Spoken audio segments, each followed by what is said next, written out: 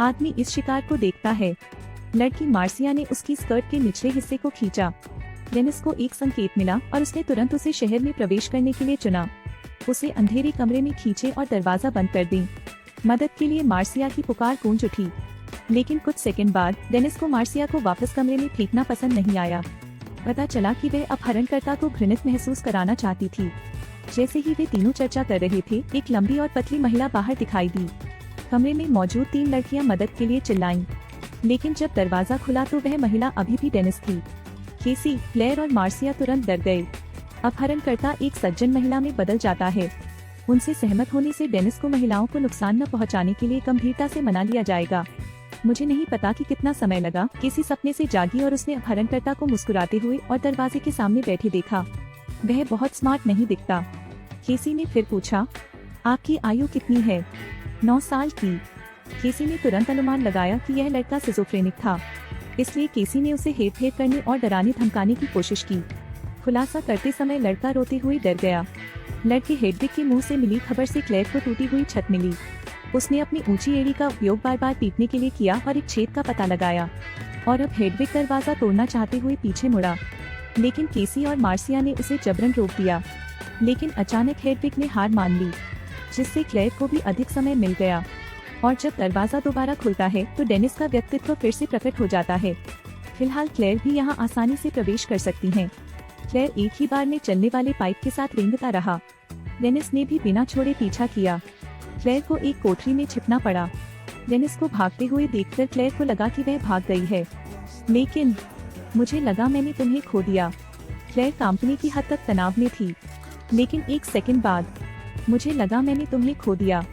Dennis ने बेशर्मी से क्लेयर से अपने कपड़े उतारने को कहा, फिर उसे एक अंधेरे कमरे में बंद कर दिया। डेनिस होल्डिंग सेल में लौट आया और एक बार फिर बाकी दोनों से भी अपने कपड़े उतारने को कहा। केसी के फिर से जागने का इंतजार। यह महिला पैट्रिशा का व्यक्तित्व है। उसने केसी को धीरे से तैयार किया और दोपहर का भोजन तैयार किया। पैट्रिशा ने ध्यान नहीं दिया। मार्सिया ने एक कुर्सी उठाई और उसके सिर पर दे मारा, लेकिन ज्यादा देर नहीं हुई जब वह पकड़ी गई। उसके हाथ ने चाकू को मार्सिया के पेट पर रख दिया। केसी बच्चे हेडविग के व्यक्तित्व की खोज के लिए फिर से जागती है। यहाँ तक कि उन्होंने केसी को चूमने की पहल भी की। लड़के ने केसी को बताया कि वहाँ एक खिड़की थी। भागना चाहते हुए केसी हेडविग के करीब होने का नाटक करती है। हेडविग ने फिर से बेतहाशा नृत्य करना शुरू कर दिया। केसी को समझ नहीं आ रहा था कि वह कैसे प्रतिक्रिया दे, लेकिन डांस करने के बाद मुझे पता चला कि हेडविग के मुंह की खिड़की ऐसी ही थी। केसी ने हेडविग से उसे बाहर निकालने की विनती की। हेडविग व्यक्तित्व डेनिस व्यक्तित्व द्वारा केसी को वॉकी टॉकी देने से डरता है। केसी ने तुरंत मदद के लिए पुकारा, लेकिन डेनिस का व्यक्तित्व अप्रत्याशित रूप से प्रकट हुआ। उसके कारण केसी को भी बंद कर दिया गया था। इस बिंदु पर डॉक्टर फ्लेचर को मदद के लिए एक टेक्स्ट संदेश प्राप्त हुआ। पता चला कि इस आदमी में 23 व्यक्तित्व हैं।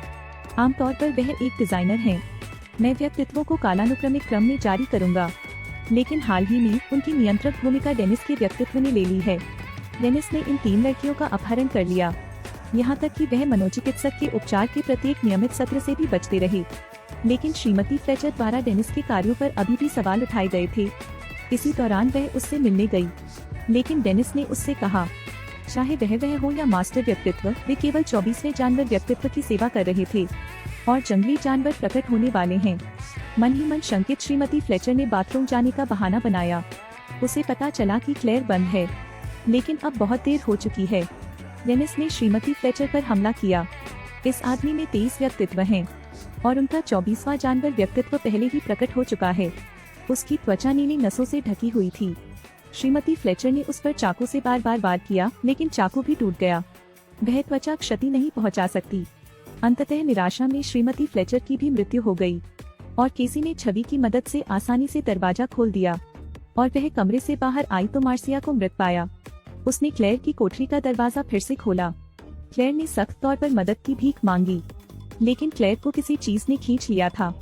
केसी देखने के लिए अंदर आई तो पता चला कि यह एक जानवर है जो क्लेयर को खा रहा है।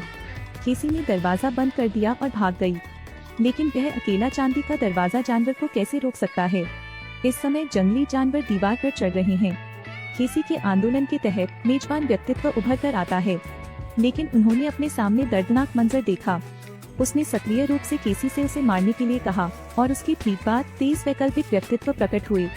इतिहास के विद्वान, युवा, महिलाएं, बच्चे सभी ने केसी से उन्हें बख्शने की विनती की।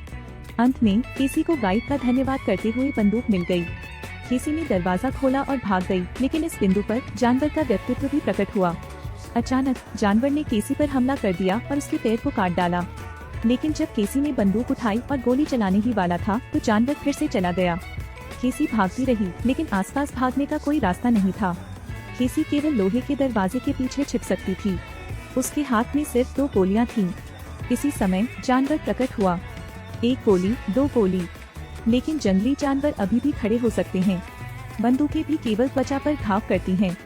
जानवर ने स्टील की छड़ को मोड़ने के लिए बल का प्रयोग किया। अचानक उसकी नजर केसी के घायल शरीर पर पड़ी। जिस व्यक्ति को नया घाव होगा उसकी गुणवत्ता उतनी ही बेहतर होगी। जानवर के इतना कहने के बाद वह मुड़ा और चला गया। अगले दिन केसी को अंततः बचा लिया गया। जब वह जेल से बाहर निकली तो उसे पता चला कि यह एक पशु उद्यान था। कुछ ही देर बाद पहुंची पुलिस ने भी इस जगह का पूरा राज पता लगा लिया। ढेर सारे टूथब्रश, ढेर सारे कपड़े, सिद्ध करे कि यह स्थान लोगों से भरा है। अंततः केसी को बचा लिया गया, लेकिन अब जंगली जानवर ठीक हो रहे हैं। वह निश्चित रूप से पुनः प्रकट होंगे। समाप्त।